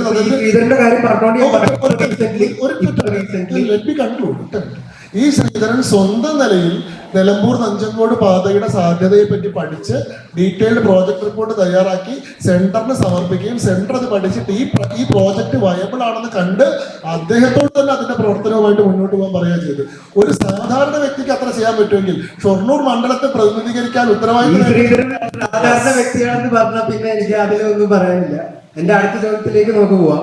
2001 ഗുജറാത്തില് എർത്ത് നടക്കുന്ന സമയത്ത് US, UK, Germany, China, Britain പല രാജ്യങ്ങളിൽ നിന്നും ഫോറിൻ എയ്ഡ് സ്വീകരിച്ചിട്ടുണ്ടായിരുന്നു ആ എർത്ത് ഡിസാസ്റ്റർ റിലീഫിന് വേണ്ടിയിട്ട്.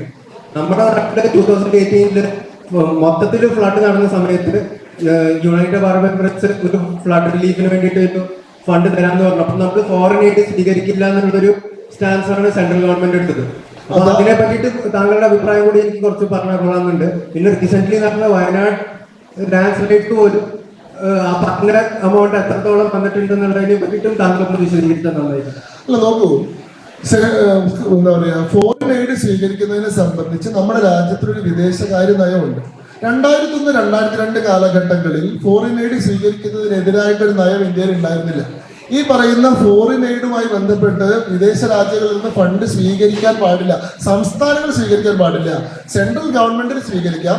സെൻട്രൽ ഗവൺമെന്റിന്റെ അംഗീകാരത്തോടു കൂടി മാത്രമേ സംസ്ഥാന സർക്കാരുകൾ വിദേശ രാജ്യങ്ങളിൽ നിന്ന് ഫണ്ട് സ്വീകരിക്കാൻ പാടുള്ളൂ എന്നുള്ള ഗൈഡ് ലൈൻ പുറത്തു വരുന്നത് 2014 2014 ഉണ്ടായിട്ടുള്ള ഗൈഡ് ലൈനിന് ശേഷം വരുന്ന ദുരന്തങ്ങളിൽ ആ ഗൈഡ് ലൈൻ ആയിരിക്കും ബാധിക്കുക. ഇത് 1999 അതെന്തുകൊണ്ട് അനുവദിച്ചില്ല? അത് വളരെ ലളിതമാണ് സുഹൃത്തെ. നോക്കൂ, വിദേശ നയം എന്ന് പറയുന്നത് യൂണിയൻ ലിസ്റ്റിലാണ്. വിദേശ രാജ്യങ്ങളുമായി ബന്ധപ്പെട്ട കാര്യങ്ങൾ ചെയ്യുക എന്ന് പറയുന്നത് സെൻട്രൽ ഗവൺമെന്റിന്റെ പ്രൊറോഗേറ്റീവ് ആണ്. ഓരോ സംസ്ഥാനങ്ങൾക്കും സ്വന്തം നിലയിൽ വിദേശ രാജ്യങ്ങളുമായിട്ട് ബന്ധങ്ങൾ സ്ഥാപിക്കാനോ വിദേശത്തു നിന്ന് ഫണ്ടുകൾ സ്വീകരിക്കാനോ വിദേശ പദ്ധതികൾ കൊണ്ടുവരാനോ സാധിക്കില്ല. ഈ പറയുന്ന unity and integrity of India എന്ന് പറയുന്ന ഭാഗം, അല്ലെങ്കിൽ ഇന്ത്യയുടെ ടെറിട്ടോറിയൽ ബോർഡേഴ്സ് പ്രൊട്ടക്ട് ചെയ്യുക എന്ന് പറയുന്ന ഭാഗം, ഇന്ത്യയുടെ സ്വയംഭരണാധികാരവും ഇന്ത്യയുടെ പരമാധികാരവും നിലനിർത്തുക എന്ന് പറയുന്നതൊക്കെ കേന്ദ്ര സർക്കാരിന്റെ പ്രൊറഗേറ്റീവാണ്. അത് കേരളത്തിൽ മാത്രമല്ലല്ലോ, അത് BJP ഭരിക്കുന്ന സംസ്ഥാനങ്ങൾക്കും വേറെ രാജ്യങ്ങളിൽ നിന്ന് എയ്ഡ് സ്വീകരിക്കാനുള്ള അവകാശം ഇല്ലല്ലോ. Yes. പക്ഷെ സ്വീകരിച്ചിരുന്നു എന്നാണ് ഞാൻ പറഞ്ഞത്. അടുത്ത ചോദ്യത്തിൽ വാ. അടുത്താരോ പറയുണ്ടായി നമ്മുടെ രാജ്യം ലോകത്തിലെ ഏറ്റവും വലിയ ശക്തിയിൽ ഇങ്ങനെ മാറിക്കൊണ്ടിരിക്കുക പറയുണ്ടായി. ഈ കഴിഞ്ഞ കാലയളവിലാണ് നമ്മൾ സാധാരണയായിട്ട് നമ്മൾ ക്രൂഡ് ഓയിൽ വാങ്ങാറുണ്ടായിരുന്നത് യുക്രൈനിൽ നിന്നാണെന്നാണ് ഒരു അറിവ്. അത് യുക്രൈനിൽ മിഡിൽ ഈസ്റ്റ് രാജ്യങ്ങൾ. അപ്പം അത് കഴിഞ്ഞിട്ട് നമ്മളത് നമ്മൾ ക്രൂഡ് ഓയിൽ പ്രധാനമായിട്ട് വാങ്ങുന്ന ഒന്ന് ഇറാനിൽ നിന്നും 2 റഷ്യയിൽ നിന്നുമാണ്. ഓക്കെ. അത് കഴിഞ്ഞിട്ട് നമ്മൾ അടുത്ത കാലയളവിൽ റഷ്യ ഉക്രൈൻ യുദ്ധത്തിന്റെ ഭാഗമായിട്ട് സാങ്ഷൻസ് മാറ്റിയപ്പോൾ അവിടെ കുറഞ്ഞ വിലയ്ക്ക് നമുക്ക് ക്രൂഡ് ഓയിൽ വാങ്ങാൻ കഴിഞ്ഞപ്പോൾ നമ്മൾ ആ വാങ്ങല് ചോദ്യം തെറ്റാണ്. നിങ്ങൾക്ക് അതിന്റെ ഫൗണ്ടേഷൻ തന്നെ കൃത്യമായി മനസ്സിലായിട്ടില്ല. ഞാൻ പറയാം. അതായത് ഇന്ത്യ റഷ്യയിൽ നിന്നാണ് എണ്ണ മേടിച്ചിരുന്നത്. കുറഞ്ഞ വിലയ്ക്ക് ഇന്ത്യക്ക് റഷ്യയിൽ നിന്ന് എണ്ണ കിട്ടിയിരുന്നു. റഷ്യൻ ഓയിൽ മേടിക്കുന്നതിന് ഫോറിൻ വെസ്റ്റിന്റെ സാങ്ഷൻ ഉണ്ട്. റഷ്യയിൽ നിന്ന് എണ്ണ മേടിക്കാൻ പാടില്ല. അതേപോലെ തന്നെ ഇറാനിൽ നിന്ന് മേടിക്കുന്നതിന് സാങ്ഷൻ ഉണ്ട്. നമ്മൾ എന്ത് ചെയ്തിരുന്നു? നമ്മൾ അവരിൽ നിന്ന് മേടിക്കുന്ന എണ്ണ അതേപോലെ ഉപയോഗിക്കുകയല്ല ചെയ്തിരുന്നത്. നമ്മുടെ റിഫൈനറിയിൽ കൊണ്ടുവന്ന് അതിനെ സംസ്കരിച്ചതിന് ശേഷം അതിന് ഇന്ത്യൻ ബ്രാൻഡായിട്ട് നമ്മൾ വിൽക്കുക ചെയ്തിരുന്നു. ആ ഇനത്തിൽ നമുക്ക് ലാഭം ഉണ്ടായിരുന്നു. റഷ്യ ഉക്രൈൻ വാർ വന്ന സമയത്ത് വെസ്റ്റ് വളരെ സ്ട്രോങ് ആയിട്ട് സ്റ്റാൻഡ് എടുത്തു. റഷ്യയിൽ നിന്ന് ഇനി ആരും എണ്ണ മേടിക്കാൻ പാടില്ല. കാരണം എന്താ? കാരണം റഷ്യയിൽ നിന്ന് എണ്ണ മേടിച്ചിട്ട് റഷ്യക്ക് പൈസ കൊടുക്കുമ്പോൾ നിങ്ങൾ ഉക്രൈനെതിരെയുള്ള ആക്രമണത്തിനെയാണ് ഫണ്ട് ചെയ്യുന്നത്. ഉക്രൈനെതിരെ റഷ്യ നടത്തിക്കൊണ്ടിരിക്കുന്ന വാർ എഫേർട്സിലേക്ക് നിങ്ങൾ പണം കൊടുക്കുന്ന പോലെയാണ്. അതുകൊണ്ട് ഉക്രൈനെതിരെയുള്ള യുദ്ധം റഷ്യ അവസാനിപ്പിക്കുന്നത് വരെ റഷ്യയിൽ നിന്ന് ആരും എണ്ണ മേടിക്കരുത് എന്ന് പറഞ്ഞു. പക്ഷെ അത് പറയുമ്പോൾ അത് പറയാനുള്ള ധാർമ്മികാധികാരം അവർക്കുണ്ടായിരുന്നില്ല. കാരണം ഈ പറയുന്ന വെസ്റ്റിലെ യൂറോപ്യൻ യൂണിയൻ റഷ്യയിൽ നിന്ന് എണ്ണ മേടിക്കുന്നുണ്ട്, US റഷ്യയിൽ നിന്ന് എണ്ണ മേടിക്കുന്നുണ്ട്, UK ഇന്ത്യയിൽ റഷ്യയിൽ നിന്ന് എണ്ണ മേടിക്കുന്നുണ്ട്. ഇതെല്ലാം ഇവർ ചെയ്തിട്ട് ഇവർ പറയാണ് ഇന്ത്യ മേടിക്കാൻ പാടില്ല എന്ന് പറഞ്ഞപ്പോൾ ഇന്ത്യ വളരെ സ്ട്രോങ് ആയിട്ട് പറഞ്ഞു, നിങ്ങൾ എന്താ പറയുക, സ്വന്തം കാര്യങ്ങൾ ഭദ്രമാക്കാതെ മറ്റുള്ള ആളുകളോട് ധാർമ്മികത പ്രചരിപ്പിക്കുന്നതിൽ അർത്ഥമില്ല. ഞങ്ങൾ ഞങ്ങളുടെ റഷ്യയിൽ നിന്ന് എണ്ണ മേടിക്കുന്ന നയം തുടരും. അതിനുശേഷം കൺസിക്യൂട്ടീവ് ഇയേഴ്സിൽ ഇന്ത്യയുടെ റഷ്യൻ ഇമ്പോർട്ട് കൂടുകയാണ് ചെയ്തത്, കുറയല്ല ചെയ്തിട്ടുള്ളത്. ശരിയായോ? അടുത്ത് എനിക്ക് ചോദിക്കല്ല എന്താ വെച്ചാല് കഴിഞ്ഞ വർഷം ഇതേ ഡേറ്റിന് ഒരു സിനിമ ഇറങ്ങി. അതിപ്പോൾ എല്ലാവർക്കും അറിയാം, അധികം ആൾക്കറിയാൻ തോന്നുന്നു. എമ്പുരാൻ ഇറങ്ങിയത്. ആ എമ്പുരാൻ ഇറങ്ങിയിട്ട് ഫസ്റ്റ് ആവേണ്ടതാണ്. എന്നിട്ട് ഞാൻ കണ്ടു കഴിഞ്ഞിട്ട് 2 ദിവസം കഴിഞ്ഞപ്പോൾ അതും ഒരു കത്രി വെക്കുന്ന പരിപാടി ഉണ്ടായിരുന്നു. ഗുജറാത്ത് കലാപവും അത് സംബന്ധിച്ചുള്ള കാര്യങ്ങളുടെ മുകളിൽ കത്രിക വെച്ച അത് ആരെ സർക്കാരെ വെച്ചത് എല്ലാവർക്കും അറിയാം. അപ്പൊ അതിനെക്കുറിച്ച് സർക്കാരെ വെച്ചത് BJP സർക്കാർ അവിടെ നടന്ന കലാപം നോക്കൂ, നിങ്ങൾക്ക് നിങ്ങളുടെ പോയിന്റ് എനിക്ക് മനസ്സിലായി. ഞാൻ അങ്ങോട്ട് പറയുന്നത് ഇതിനൊക്കെ രാജ്യത്തെ വ്യവസ്ഥയുണ്ട്. അല്ലെ, ഞാൻ ഒറ്റക്കായിട്ട് ഞാൻ പറയാം. Film certification and censorship board of India എന്ന് പറയുന്ന CBFC അവരാണ് ഒരു സിനിമ സെൻസർ ചെയ്യുന്നത്. അതിൽ സർക്കാരിന് യാതൊരു ശരിയുമില്ല. അതൊരു ഓട്ടോണമസ് ബോഡിയാണ്, ഒരു independent self regulating autonomous body. Kerala story എന്താണ്? അങ്ങനത്തെ ഒരു സാധനത്തിന് എവിടെ സർട്ടിഫിക്കറ്റ് കൊടുത്താൽ BJPക്ക് പങ്കുണ്ട് നമുക്കറിയാം. അല്ല ഞാൻ പറയണേക്കെ, ഇത്തരം മുൻവിധികൾ വെച്ച് ചോദ്യം ചോദിച്ചാൽ ഉത്തരം കിട്ടില്ലല്ലോ. അങ്ങേക്ക് അങ്ങയുടെ മനസ്സിലുള്ളത് പറഞ്ഞു നിൽക്കാനാണെങ്കിൽ പറഞ്ഞോളൂ, എനിക്ക് കുഴപ്പമൊന്നുമില്ല. പറഞ്ഞോളൂ. ഇഷ്ടംപോലെ പറഞ്ഞു. ആ കാരണം കട്ട് ചെയ്ത് കളഞ്ഞു. അത് എന്തിനാണ് ചോദ്യം? അത് എന്തിനാണ് കളഞ്ഞത്? BJP സർക്കാർ നടത്തിയൊരു സംഭവമാണത്. ചോദ്യം കഴിഞ്ഞോ? ഇല്ലല്ല, കഴിഞ്ഞില്ല. BJP സർക്കാർ നടത്തിയൊരു സംഭവമാണത്. അത് പിന്നെ 2 ദിവസം കഴിഞ്ഞപ്പോ മൊത്തം കൂടെ ചർച്ചയായി. കേരളത്തിലും ബാക്കിയുള്ള ഈ കലാപത്തിന്റെ കാര്യം കുട്ടികൾ പിന്നെ അറിഞ്ഞു, യുവതലമുറ അറിഞ്ഞു തുടങ്ങി. അത് തുടങ്ങിയപ്പോൾ പിന്നെ കട്ടിയത് തുടങ്ങി. BJP സർക്കാരാണ് കട്ട് ചെയ്യുന്ന അറിയാത്തൊരു മനുഷ്യരോടല്ല. അത് നിങ്ങൾ കട്ട് ചെയ്തിരിക്കുന്നു. അത് ചെയ്ത് കഴിഞ്ഞിട്ട് പിന്നെ അറിഞ്ഞൊരു സാധനമാണ് കേരള സ്റ്റോറി. അതായത് എമ്പുരാൻ സിനിമയിൽ ആ ഭാഗം കട്ട് ചെയ്ത് കളഞ്ഞതാ പറഞ്ഞത്. കട്ട് ചെയ്താലും ഇല്ലെങ്കിലും 100 കോടിക്ക് മുകളിൽ പോയിട്ടുണ്ട്. ഞാൻ മനസ്സിലാക്കില്ല. അദ്ദേഹത്തിന് ഒരു ഉത്തരം ആവശ്യമില്ല. അദ്ദേഹത്തിന് കുറെ കാര്യങ്ങൾ പറയാനുണ്ട്, അദ്ദേഹം പറയട്ടെ. പിന്നെ കേരള കഴിഞ്ഞോ? ചോദ്യം ആവിഷ്കാര സ്വാതന്ത്ര്യം നമുക്ക് എല്ലാവർക്കും വേണ്ടല്ലോ. നമുക്ക് മാത്രമല്ലാത്ത എങ്ങനെ UP-കാർക്ക് മാത്രം കൊടുക്കണത്? അതാണ് അറിയാത്തത്. കഴിഞ്ഞോ? ചോദ്യം കഴിഞ്ഞു. ഞാൻ ഉത്തരം പറഞ്ഞു. ശരി, ഇടയിൽ ഇടപെട്ടുകൊണ്ടിരിക്കാം അല്ലേ? ശരി. 2 കാര്യം. ഒന്ന്, നിങ്ങൾ ഫാക്ട്സ് കറക്റ്റ് ആയിട്ട് മനസ്സിലാക്കിയിട്ട് വേണം ഇത്തരം കാര്യങ്ങൾ പറയാൻ. നിങ്ങൾക്ക് കൃത്യമായിട്ടുള്ള പ്രൊജുഡിസ് ഉണ്ട്, നിങ്ങൾക്ക് ഈ കാര്യത്തിൽ ഒരു മുൻവിധി ഉണ്ട്, നിങ്ങൾക്കൊരു പക്ഷമുണ്ട്, നിങ്ങൾക്ക് കൃത്യമായിട്ടുള്ള പക്ഷപാതിത്വം ഉണ്ട്. അത് നിലനിർത്താൻ നിങ്ങൾക്ക് അധികാരമുണ്ട്. എനിക്കുണ്ട് എൻ്റെതായിട്ടുള്ള മുൻവിധികളും എൻ്റെതായിട്ടുള്ള പ്രൊജുഡിസുകളും എൻ്റെതായിട്ടുള്ള നിലപാടുകളും എനിക്കുണ്ട്. പക്ഷേ ഒരു കാര്യം ഒരു ചോദ്യമായിട്ട് ഒരു സദസ്സിൽ ഉന്നയിക്കുമ്പോൾ അതിന്റെ വസ്തുത പരിശോധിക്കണം. ഈ പറയുന്ന എമ്പുരാൻ എന്ന് പറയുന്ന സിനിമയിൽ 17 കട്ടുകളാണ് വന്നിട്ടുള്ളത്. ഈ 17 കട്ടുകൾ ആരാണ് നിർദ്ദേശിച്ചത്? ആ സിനിമയുടെ നിർമ്മാതാക്കൾ തന്നെ നിർദ്ദേശിച്ചിട്ടുള്ള 17 കട്ടുകളാണ് വരുത്തിയിട്ടുള്ളത്. അല്ലെങ്കിൽ നിങ്ങൾ വസ്തുത പരിശോധിക്കണം. കേട്ടില്ല? അത് ഇങ്ങനെ BJP സർക്കാരിനെ പറഞ്ഞു മാപ്പ് പറയാന്. എന്നിട്ട് മുരളി ഗോപിയെ പറഞ്ഞിട്ടില്ല. നിർമ്മാതാക്കളുമായിട്ട് യാതൊരു ബന്ധമല്ല. അത് സെൻസർ ബോർഡ് വെച്ചു. അത് നിങ്ങളെ ഗവൺമെന്റിലൊക്കെ വെച്ചാണ്. നോക്കൂ, ആരാണ് മാപ്പ് പറയാൻ പറഞ്ഞ BJP നേതാവിന്റെ പേര് പറഞ്ഞു? പിന്നെ സോഷ്യൽ മീഡിയയിൽ ഇത് മൊത്തം കത്തിയൊരു സംഭവമാണ്. പിന്നെ ഈ ദിവസത്തിൽ നിങ്ങൾ വന്നുകൊണ്ടിരിക്കുന്ന ഓർമ്മ വസ്തു നോക്കൂ, എമ്പുരാൻ സിനിമ കേരള സ്റ്റോറിനെ കുറിച്ച് പറയും. ശരി, കേരള സ്റ്റോറിയെ പറ്റിയാണ് പറയുന്നത്. കേരള സ്റ്റോറിയിൽ ഈ പറയുന്ന പോലെ വിമർശനം ഉന്നയിക്കപ്പെട്ടിട്ടുള്ള ഭാഗങ്ങൾ എന്ന് പറയുന്നത് അതിന്റെ ട്രെയിലറിൽ വന്നിട്ടുള്ള ഭാഗമായിരുന്നു. അതായത് ഈ പറയുന്ന കൺവേർഷൻ, ഇത്രയേറെ സ്ത്രീകൾ കൺവേർട്ട് ചെയ്യപ്പെട്ടു എന്ന് പറയുന്നത് സിനിമയുടെ മെയിൻ പോർഷന്റെ ഭാഗമായിരുന്നില്ല, ട്രെയിലറിന്റെ ഭാഗമായിരുന്നു. ട്രെയിലറാണ് വിവാദമായത്. ട്രെയിലറിന് സെൻസർഷിപ്പ് ഇല്ല. ഇന്ത്യയിൽ ഒരു സിനിമയുടെ ഭാഗമല്ലാത്ത ട്രെയിലർ ഇറക്കാം. ഇപ്പൊ നിങ്ങൾക്ക് ഉദാഹരണത്തിന് സത്യമേവ ചെയ്തേ എന്ന് പറയുന്ന ഒരു സിനിമ, പൃഥ്വിരാജിന്റെ സിനിമ ഇറങ്ങി അല്ലെ? നോക്കുന്നു എന്താ എനിക്ക് മനസ്സിലാവുന്നില്ല. ഇതില് ഇത്രയേ ഉള്ളൂ. എമ്പുരാൻ സിനിമ ഇറങ്ങി. ഞാൻ പറയുന്നത് കേൾക്കാൻ നിങ്ങൾക്ക് ക്ഷമയുണ്ടെങ്കിൽ ഞാൻ ലളിതമായി പറയാം. എമ്പുരാൻ എന്ന് പറയുന്ന ഒരു സിനിമ ഇറങ്ങി. എമ്പുരാൻ സിനിമ കണ്ട ധാരാളം ആളുകൾക്ക് അതിന്റെ കണ്ടന്റുമായി ബന്ധപ്പെട്ട ആക്ഷേപം ഉണ്ടായി. വലിയ സോഷ്യൽ മീഡിയ രോഷം ഉണ്ടായി. സിനിമയുടെ അണിയറ പ്രവർത്തകർക്ക് തന്നെ അതിനെ പറ്റിയിട്ട് പിന്നീട് വിടുവിച്ചാറുണ്ടായി. മോഹൻലാൽ തന്നെ പരസ്യമായിട്ട് ഖേദപ്രകടനം നടത്തുന്ന സാഹചര്യം ഉണ്ടായി. മോഹൻലാലിന്റെ ഖേദപ്രകടനം കുറിക്കും. ഇതൊക്കെ BJP-ക്കാർ മോഹൻലാലിന്റെ മോഹൻലാലിന്റെ കൈ പിടിച്ച് എഴുതിച്ചതാണെന്നൊക്കെ നിങ്ങൾക്ക് അഭിപ്രായം ഉണ്ടാവും.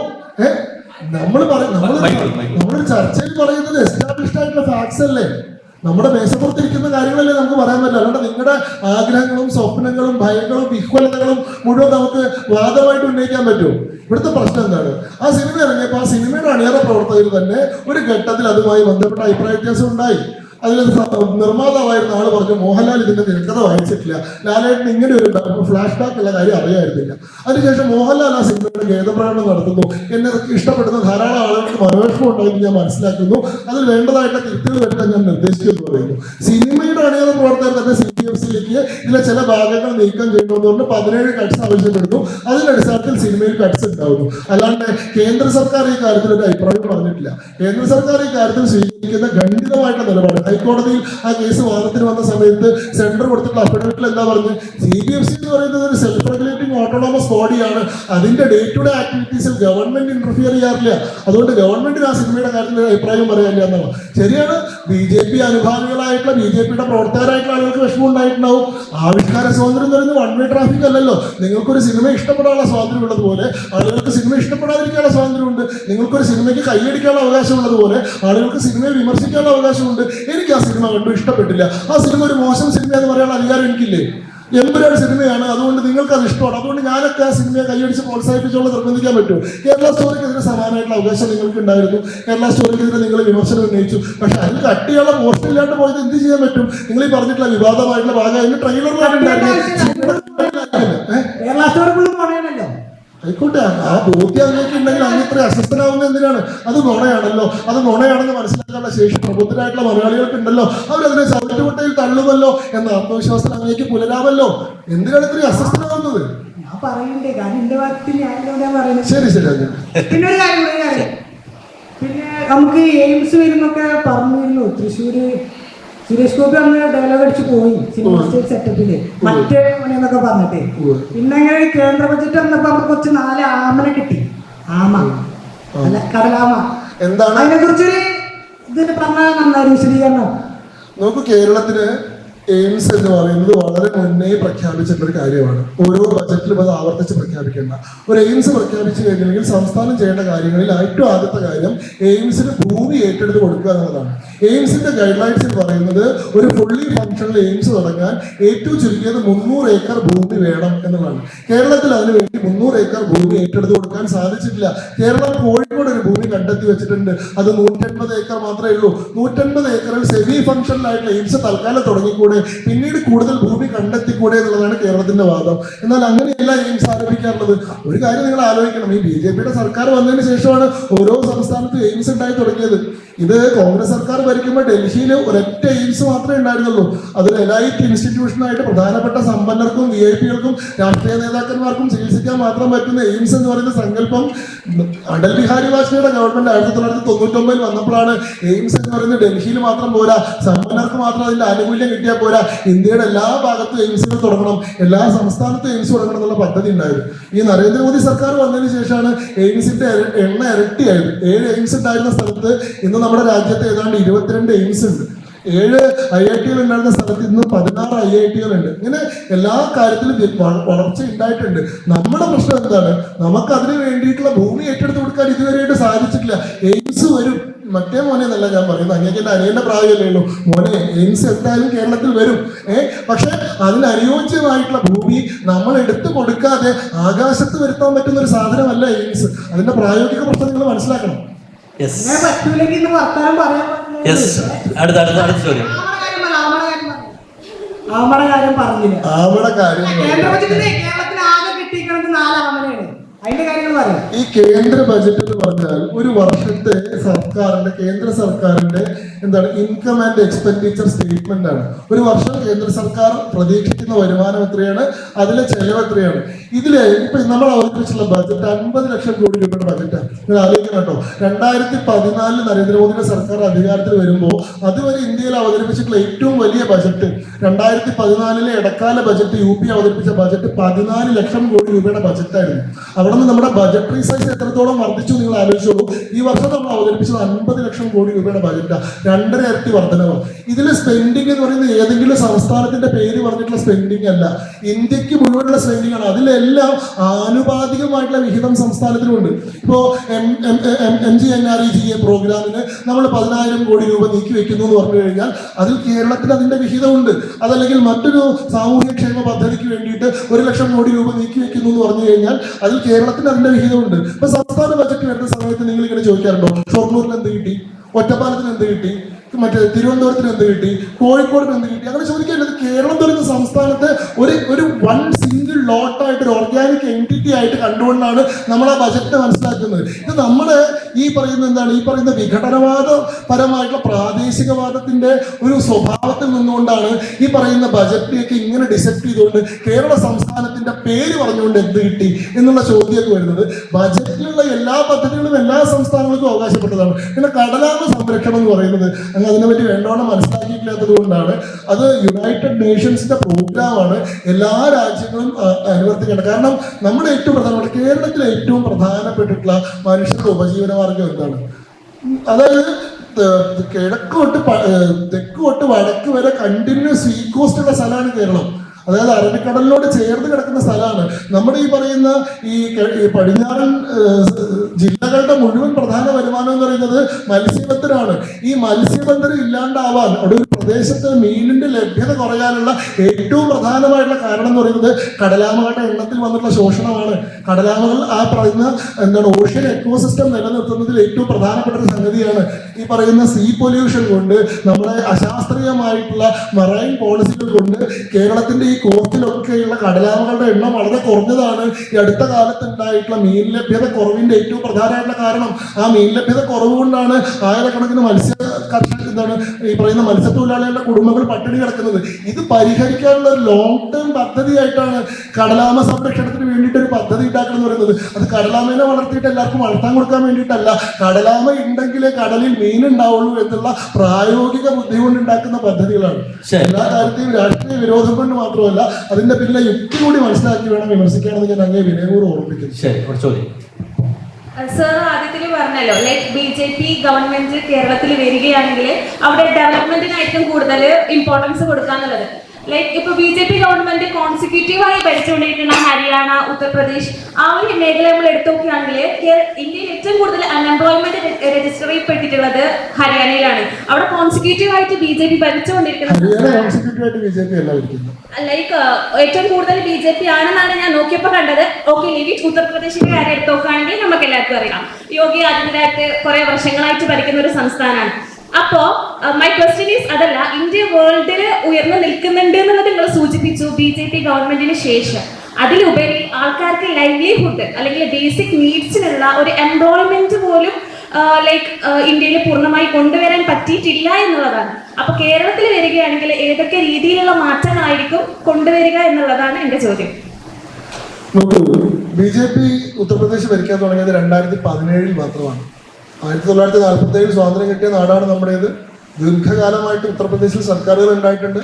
ഏറെക്കാലം സമാജ്വാദി പാർട്ടിയും ബഹുജൻ സമാജ്വാദി പാർട്ടിയും മായാവതി നേതൃത്വം കൊടുക്കുന്ന BSP എന്ന് പറയുന്ന മുന്നണിയും അതിനുശേഷം നമ്മുടെ മുലായം സിംഗ് യാദവും അദ്ദേഹത്തിന്റെ മകനായിട്ടുള്ള ആളും നേതൃത്വം കൊടുക്കുന്ന സമാജ്വാദി പാർട്ടി എന്ന് പറയുന്ന മുന്നണി മാറി മാറി ഭരിച്ചിരുന്ന ഒരു സ്ഥലമാണ്. വളരെ ചെറിയൊരു കാലം ഉമാഭാരതിയുടെയും രാജ്നാഥ് സിംഗിന്റെയും നേതൃത്വത്തിൽ മാത്രമേ UP BJP ഭരിച്ചിട്ടുള്ളൂ. 2017 ശേഷമാണ് കോൺസിക്യൂട്ടീവായിട്ട് UP ഭരിക്കുന്ന സാഹചര്യം ഉണ്ടായത്. എന്നാൽ നിങ്ങൾ ഈ സൂചിപ്പിച്ച UPയിലെ പ്രശ്നങ്ങളൊന്നും ഒരു പോസ്റ്റ് 2017 ഫെനോമിനൽ അല്ല. 2017 യോഗി വന്നപ്പോൾ കുറെ തൊഴിലില്ലായ്മയും കുറെ ദാരിദ്ര്യവും UPയിലേക്ക് കൊണ്ടുവരികയല്ലേ ചെയ്തത്. അതിദരിദ്രമായി കടന്നിരുന്ന, അങ്ങേയറ്റം പിന്തിരിപ്പനായി പുറകോട്ട് നിന്നിരുന്ന ഒരു ബിമാരു സ്റ്റേറ്റ് എന്നാണ് നമ്മൾ വിളിച്ചിരുന്നത്. UP, ബീഹാർ, ഈ പറയുന്ന ഒരു പ്രദേശമുണ്ടല്ലോ ജാർഖണ്ഡ് എന്ന് പറയുന്ന പ്രദേശങ്ങളെ നമ്മൾ ബിമാരു സ്റ്റേറ്റ്സ് എന്നാണ് വിളിക്കുക. കാരണം ഇന്ത്യയിൽ മൊത്തം സംസ്ഥാനങ്ങളുമായി താരതമ്യം ചെയ്യുമ്പോൾ ഹ്യൂമൻ ഡെവലപ്മെന്റ് ഇൻഡെക്സിൽ പുറകോട്ട് നിൽക്കുന്ന, വിദ്യാഭ്യാസത്തിൽ പുറകോട്ട് നിൽക്കുന്ന, തൊഴിലിൽ പുറകോട്ട് നിൽക്കുന്ന, അതിനൊരു ചരിത്രപരമായിട്ടുള്ള കാരണം കൂടി ഉണ്ട്. നമ്മളൊരു കാര്യത്തെ മനസ്സിലാക്കുമ്പോൾ അതിന്റെ ഹിസ്റ്ററിക്കൽ കണ്ടക്സ്റ്റ് കൂടി മനസ്സിലാക്കണം. അതായത് ഇന്ത്യയിൽ ബ്രിട്ടീഷുകാർക്കെതിരെയുള്ള ആദ്യത്തെ സ്വാതന്ത്ര്യ പ്രക്ഷോഭം, ഫസ്റ്റ് വാർ ഓഫ് ഇൻഡിപെൻഡൻസ് എന്ന് നമ്മളും സിപ്പോയ് മ്യൂട്ടണി എന്ന് ബ്രിട്ടീഷുകാരും വിളിക്കുന്ന ഒന്നാം സ്വാതന്ത്ര്യ യുദ്ധം ഉണ്ടാവുന്നത് ഈ ഉത്തർപ്രദേശ് മേഖലയിൽ നിന്നാണ്. ആദ്യത്തെ മീററ്റ് കോൺസ്പിറസി കലാപമൊക്കെ നിങ്ങൾ കേട്ടിട്ടുണ്ടാവും. അതായത് ഈ പറയുന്ന സിപ്പായിമാർക്ക് കാട്രിഡ്ജ് കൊടുത്തതിൽ മറ്റേ പശുവിന്റെ നെയ്യും പന്നിയുടെ നെയ്യും ഉണ്ടെന്ന് പറഞ്ഞിട്ട് ഇവിടുന്ന് കടിക്കാൻ വിസമ്മതിക്കുന്നതും സിപ്പായിമാരും ജനറൽമാർക്കെതിരെ മ്യൂട്ടിനി നടത്തുന്നതും അത് പിന്നീട് ഒരു വലിയ ബ്രിട്ടീഷ് വിരുദ്ധ സമരമായിട്ട് ഉടലെടുക്കുന്നുണ്ട്. ഈ സമരത്തിന്റെ ഒരു പീഠഭൂമി എന്ന് പറയുന്നത് UPയാണ്. UPയിൽ നിന്നാണ് ഈ പറയുന്ന എല്ലാ സ്വാതന്ത്ര്യ സമര നേതാക്കന്മാരും അതിനടുത്ത്. ഇപ്പം മംഗൾ പാണ്ഡെ എടുത്ത് നോക്കൂ, റാണി ലക്ഷ്മിഭായിനെ എടുത്ത് നോക്കൂ, ഝാൻസി റാണിനെ എടുത്ത് നോക്കൂ, താന്തിയ തോപ്പിനെ എടുത്ത് നോക്കൂ. ആ സമയത്തുള്ള ഈ അൺട്രസ്റ്റ്, ബ്രിട്ടീഷുകാർക്കെതിരെയുള്ള ഈ അപ്രൈസിംഗ് മുഴുവൻ ഉണ്ടാവുന്നത് UPയിൽ നിന്നാണ്. അപ്പോൾ അതിനുശേഷമാണ് അവരെ ക്രൂവലി സപ്രസ് ചെയ്തൊരു ബ്രിട്ടീഷ് നയം ഉണ്ടായത്. നമ്മുടെ എല്ലാ ക്രിമിനൽ നിയമങ്ങളും നിങ്ങൾ നോക്കിക്കഴിഞ്ഞാൽ നിങ്ങൾ മനസ്സിലാക്കുന്ന ഒരു കണ്ടക്സ്റ്റ് ഉണ്ട്. ഇതെല്ലാം പോസ്റ്റ് 1857 ഫെനോമിനക്സ് ആണ്. 1857 വരെ ബ്രിട്ടീഷുകാർക്ക് ഇന്ത്യയിലെ ക്രിമിനൽ നിയമത്തിൽ അവർ ഇടപെട്ടിരുന്നൊന്നുമില്ല. നിങ്ങൾ എങ്ങനെയാ വെച്ചാൽ നിങ്ങളുടെ കാര്യം നോക്കി ജീവിച്ചോളൂ എന്നുള്ളതായിരുന്നു. പക്ഷേ ഇവർ സായുധമായിട്ടൊരു കലാപത്തിലൂടെ നമ്മൾക്കെതിരെ തിരിയാനുള്ള ശേഷിയുള്ള ജനതയാണ്. ഇവരെല്ലാ കാലത്തും ഇവർ ഡോർമെന്റ് ആയിട്ട് ഇരിക്കില്ല എന്ന് മനസ്സിലാക്കിയ സമയത്ത് ഇന്ത്യയിൽ ക്രിമിനൽ ലോ അമെന്റ്മെന്റ് വന്നു. 1860 ഇതിന്റെ Indian penal code. Indian penal code was made in 1860. Criminal procedure code ഉണ്ടാക്കിയത് 1861 അതേപോലെ തന്നെ സിവിൽ പ്രൊസീജിയർ കോഡ് ഉണ്ടാവുന്ന ആ സമയത്താണ്. ഈ ക്രിമിനൽ നിയമ നടപടികൾ മുഴുവൻ ഉണ്ടാക്കുന്ന സമയത്താണ്. എന്തിനാണ്? ഇന്ത്യക്കാരനെ അടക്കി നിർത്താനാണ്, തളച്ചു നിർത്താൻ വേണ്ടിയിട്ടാണ്. പിന്നീട് അവർ എൻഷുർ ചെയ്തിട്ടുള്ളൊരു കാര്യം, UP പോലെയുള്ള പ്രദേശങ്ങളിൽ നിന്ന് പിന്നീട് ഒരിക്കലും അങ്ങനത്തെ ഒരു മൂവ്മെന്റ് ഉണ്ടായി വരുന്നില്ല എന്നുള്ളതാണ്. അതിനുവേണ്ടിയിട്ട് അവർ ചെയ്ത ആ പ്രദേശങ്ങളെ പൂർണ്ണമായിട്ട് ഇംപോവറിഷ് ചെയ്യാണ്. ആ സ്ഥലത്തെ ബ്രൂട്ടലി ക്രഷ് ചെയ്ത് അവിടെ നിന്നൊരു വിത്ത് പോലും മുളച്ചു വരാത്ത, പറയുമ്പോൾ ഇന്ത്യയിലെ ഏറ്റവും ഫെർട്ടൈൽ ആയിട്ടുള്ള പ്രദേശമാണ് ഈ ഗംഗാ വാലി ബേസിൻ എന്ന് പറയും. ഗംഗാ നദി ഒഴുകുന്ന ഗംഗാ സമതലമാണ്. കൃഷിക്കാണെങ്കിലും മറ്റെല്ലാ കാര്യങ്ങൾക്കാണെങ്കിലും ഏറ്റവും അനുകൂലമായിട്ടുള്ള ഭൂമിയാണ്. ആ പ്രദേശത്തെ ഒരു ദരിദ്രമായിട്ടുള്ള പ്രദേശമാക്കി മാറ്റുക എന്നുള്ളത് അതിന്റെ ഹിസ്റ്ററിക്കൽ ട്രോമ എന്ന് പറയുന്നൊരു സാധനമുണ്ട്. അത്രയും ബ്രൂട്ടലായിട്ടുള്ള സപ്രഷൻ നേരിടുന്ന ഒരു ജനതയ്ക്ക് പിന്നീട് എത്രയോ ജനറേഷൻസ് വേണ്ടി വരും അതിൽ നിന്ന് എണീറ്റ് വരാൻ. ഇപ്പോൾ ഉദാഹരണത്തിന് മാപ്പിള ലഹളയ്ക്ക് ശേഷം മലബാറിലെ കാര്യം പറയാറുണ്ട്. എന്തുകൊണ്ടാണ് 1947 വരെ നമ്മളിപ്പോൾ മലപ്പുറം അല്ലെങ്കിൽ മലബാർ പ്രദേശത്ത് നിന്ന് വലിയ ടോൾ ഫ്രീഡം ഫിഗേഴ്സ് ഉണ്ടാവാത്ത എന്താണെന്ന് ചോദിച്ചാൽ 1921 ആ റിബല്യനെ സപ്രസ് ചെയ്തിട്ടുള്ള രീതി ആയതുകൊണ്ടാണ്. ആ സപ്രഷന്റെ ആ ട്രോമയിൽ നിന്ന് പിന്നീട് ആ ജനത ഉയർത്തെഴുന്നേറ്റ് വരാൻ ഒരുപാട് കാലം പിടിച്ചു എന്നുള്ളത് കൊണ്ടാണ്. അപ്പൊ അങ്ങനെയുള്ളൊരു ചരിത്രപരമായിട്ടുള്ള ഡിസഡ്വാൻറ്റേജ് ഉള്ള സ്ഥലമാണ് UP. ആ UPയിൽ ഒരുപാട് സ്വാതന്ത്ര്യം കിട്ടുന്ന സമയം തൊട്ട് നിൽക്കുന്ന പ്രശ്നങ്ങളാണിത്. അവിടെ വിദ്യാഭ്യാസമില്ലായ്മ, അവിടെ തൊഴിലില്ലായ്മ. നമ്മൾ ചെയ്ത എന്താ? ഇത്രയും മാറി മാറി വന്നിട്ടുള്ള സർക്കാരുകൾക്കൊന്നും ഈ പ്രശ്നത്തെ പരിഹരിക്കാൻ സാധിക്കില്ല. പക്ഷെ 2017 ശേഷം വന്നിട്ടുള്ള യോഗി ആദിത്യനാഥിന്റെ ഗവൺമെന്റ് അതിന്റെ റൂട്ട് കോസ് മുതൽ അതിനെ അഡ്രസ് ചെയ്തുകൊണ്ട് ആ പ്രശ്നത്തെ പരിഹരിച്ചുകൊണ്ടിരിക്കുകയാണ്. അൺഎംപ്ലോയ്മെന്റ് റേറ്റിൽ ഏറ്റവും വലിയ 10% അൺഎംപ്ലോയ്മെന്റ് റേറ്റ് കുറഞ്ഞു. UPയുടെ ചരിത്രത്തിൽ ആദ്യമായിട്ട് 22% ഉണ്ടായിരുന്ന സ്ഥലമാണ് അത് 10% അൺഎംപ്ലോയ്മെന്റ് റേറ്റ് കുറഞ്ഞു. അവിടുത്തെ ലിറ്ററസി റേറ്റ് കൂടി. ജപ്പാനീസ് സെൻസിബിളായിട്ട് കേട്ടിട്ടുണ്ടോ? നമ്മൾ ഒരു 5-6 കൊല്ലം മുൻപ് UPയിലെ കുട്ടികൾ മറ്റേ ഓക്സിജൻ കിട്ടാണ്ട് പിടഞ്ഞു മരിച്ചു എന്നൊക്കെ പണ്ട് വലിയ ചർച്ച കേരളത്തിലുണ്ടായിരുന്നു, ഗോരഖ്പൂരിലൊക്കെ. അത് എല്ലാ വർഷവും നടക്കുന്നതാണ്. ജപ്പാനീസ് സെൻസിബിലൈറ്റിസ് എന്ന് പറയുന്ന ഒരു രോഗം വന്നിട്ട് ഓരോ വർഷവും 1000-2000 കുട്ടികളാണ് മരിച്ചിരുന്നത്. ആ സ്ഥലത്ത് ഇന്നിപ്പോ യു പിയിലുള്ള ഈ ഗോരഖ്പൂരിലൊക്കെയുള്ള ഈ ജപ്പാനീസ് എൻസെഫലൈറ്റിസിന്റെ കാഷ്വാലിറ്റി റേറ്റ് 0. അപ്പോൾ ഈ പ്രശ്നങ്ങളെ മുഴുവൻ അഡ്രസ് ചെയ്തുകൊണ്ട് ഇതിന് പരിഹാരം ഉണ്ടാക്കാൻ ശ്രമിക്കുന്നുണ്ട്. പക്ഷേ ഇതെല്ലാം ലോങ് സ്റ്റാൻഡിംഗ് ആയിട്ടുള്ള പ്രശ്നങ്ങളാണ്. ഇവയ്ക്കൊന്നും ക്വിക്ക് റെമഡികളില്ല, ഇതിനൊന്നും മാജിക് സൊല്യൂഷൻസ് ഇല്ല. നമുക്ക് ഇതിനൊന്നും മാജിക് ബാൻഡ് വീട്ടിയിട്ട് അങ്ങനെ അപ്രത്യക്ഷമാക്കാൻ സാധിക്കില്ല. അടിത്തട്ടിൽ നിന്നുള്ള പ്രശ്നങ്ങൾക്ക് അടിത്തട്ടിൽ നിന്നുള്ള പരിഹാരങ്ങൾ ഉണ്ടാവേണ്ടതുണ്ട്. അപ്പൊ നോക്കൂ, യു പി എന്ന് പറയുന്നത് 2017 വരെ ജംഗിൾ രാജ് എന്നാണ് യു പിനെ വിളിച്ചത്, അറിയോ? അതായത് അവിടെ നിയമം ഉണ്ടായിരുന്നില്ല, അവിടെ ഗുണ്ടകളും ഗൂണുകളുമാണ് അഴിഞ്ഞാടിയിരുന്നത്.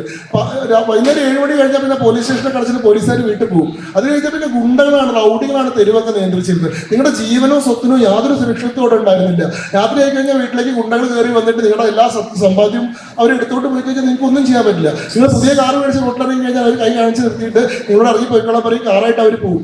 ഇന്ന് നോക്കൂ, അപ്പൊ നമ്മുടെ ബുൾഡോസർ രാജാണ്, ഗുണ്ടായുസമാണ്, ഇതാണോ ജനാധിപത്യം എന്നൊക്കെ ചോദിക്കുന്നുണ്ട്. പക്ഷെ ഗുണ്ടകളുടെ മനസ്സിൽ ഭയം സൃഷ്ടിക്കാനും ആ ഭയത്തിലൂടെ ലോ ആൻഡ് ഓർഡർ പുനഃസ്ഥാപിക്കാനും ഇവിടെ സാധിച്ചിട്ടുണ്ട്. അപ്പോൾ അത്തരത്തിലുള്ള റാഡിക്കൽ ആയിട്ടുള്ള ചേഞ്ചുകൾ യു പിയിൽ കണ്ടുകൊണ്ടിരിക്കുകയാണ്. നമ്മളിങ്ങനെ ചെറി പിക്കിംഗ് ചെയ്തുകൊണ്ട് നമ്മളിതിനെല്ലാം വിമർശിക്കാനുള്ള അവസരങ്ങളാക്കുകയല്ല, നമ്മളതിന് ഹോളിസ്റ്റിക് ആയിട്ട് ആ പിക്ചറിനെ കാണുകയും അതിന്റെ നല്ല വശങ്ങളെ അംഗീകരിക്കാനുള്ള മനസ്സ് കാണിക്കുകയാണ് വേണ്ടതെന്നാണ് എൻ്റെ അഭിപ്രായം. Yes, thank you so much. Okay, എന്തായാലും അവസാനമായിട്ട് ഞാൻ ചോദിക്കണം, ഈ തെരഞ്ഞെടുപ്പിൽ BJPയുടെ ഒരു മാസ് എൻട്രി ഉണ്ടാവും കേരളത്തിൽ? തീർച്ചയായും ഉണ്ടാവും. എത്ര സീറ്റിലുണ്ടാവും? ഞാൻ പ്രതീക്ഷിക്കുന്നത് കേരളത്തിൽ 1 ഡസനിലേറെ സീറ്റുകൾ ഉണ്ടാവും എന്നാണ്. 1 ഡസൻ എന്ന് പറഞ്ഞാൽ 6-ലധികമായി. 1 ഡസൻ എന്ന് പറഞ്ഞാൽ 12. യെസ്, അപ്പൊ എന്തായാലും 12-ലധികം എന്നാണ്. 12-ലധികം സീറ്റുകൾ തീർച്ചയായിട്ടും BJP കേരളത്തിൽ. അല്ല നോക്കൂ, അതൊരു അസംഭവ്യമായ കാര്യമൊന്നുമല്ല. 2024 ലോക്സഭാ തെരഞ്ഞെടുപ്പിന്റെ സ്റ്റാറ്റിസ്റ്റിക്സ് നോക്കിക്കഴിഞ്ഞാൽ കേരളത്തിലെ 11 നിയമസഭാ മണ്ഡലങ്ങളിൽ BJP 1ാം സ്ഥാനത്തായിരുന്നു. കേരളത്തിലെ 8 നിയമസഭാ മണ്ഡലങ്ങളിൽ BJP 2ാം സ്ഥാനത്തായിരുന്നു. 6 നിയമസഭാ മണ്ഡലങ്ങളിൽ നേരിയ വ്യത്യാസത്തിനാണ് 2ാം സ്ഥാനം നഷ്ടപ്പെട്ടത്. അതായത് അതിശക്തമായിട്ടുള്ള മത്സരം നിർത്താൻ ശേഷിയുള്ള 25 മണ്ഡലങ്ങൾ 2024 തന്നെ തെളിഞ്ഞു വന്നിട്ടുള്ള ചിത്രം നമ്മുടെ മുമ്പിലുണ്ട്. ഈ ഷൊർണൂർ മണ്ഡലത്തിന്റെ അവസ്ഥ എന്താണെന്ന് അറിയാം? 2011 10,000 വോട്ടാണ് ഷൊർണൂർ. 2016 28,000 വോട്ടാണ് ഷൊർണൂർ. 2021 37,000 വോട്ടാണ് ഷൊർണൂരിൽ. അപ്പൊ ഷൊർണൂരിലുള്ള BJPയുടെ വളർച്ചയുടെ ഗ്രാഫ് നോക്കും. അത് അരിത്തമെറ്റിക് പ്രോഗ്രഷൻ അല്ല, ജോമെട്രിക് പ്രോഗ്രഷനിലാണ് BJP ഷൊർണൂർ മണ്ഡലത്തിൽ വളർന്നുകൊണ്ടിരിക്കുന്നത്. ഇത്തവണ BJP ഷൊർണൂർ മണ്ഡലത്തിൽ ജയിച്ചാൽ അതൊരു അത്ഭുതമാണോ? യെസ്, അപ്പൊ എന്തായാലും ആ 12 സീറ്റിൽ ഷൊർണൂരും ഉണ്ടാവട്ടെ ഞാൻ ആഗ്രഹിക്കുന്നു, ആശംസിക്കുന്നു. Thank you so much.